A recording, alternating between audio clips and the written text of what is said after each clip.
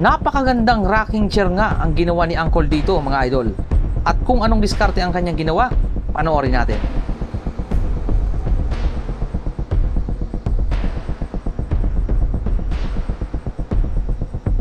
Wow. Hinanda na dyan yung pundasyon ng rocking chair.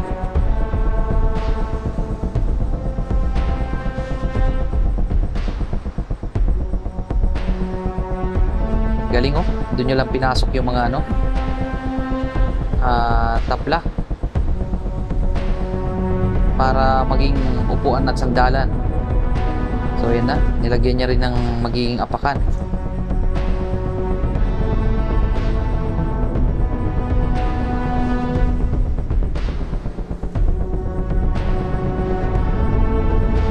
Halos parehas yung pagkakasukat ng sa may hawakan ng rocking chair oh.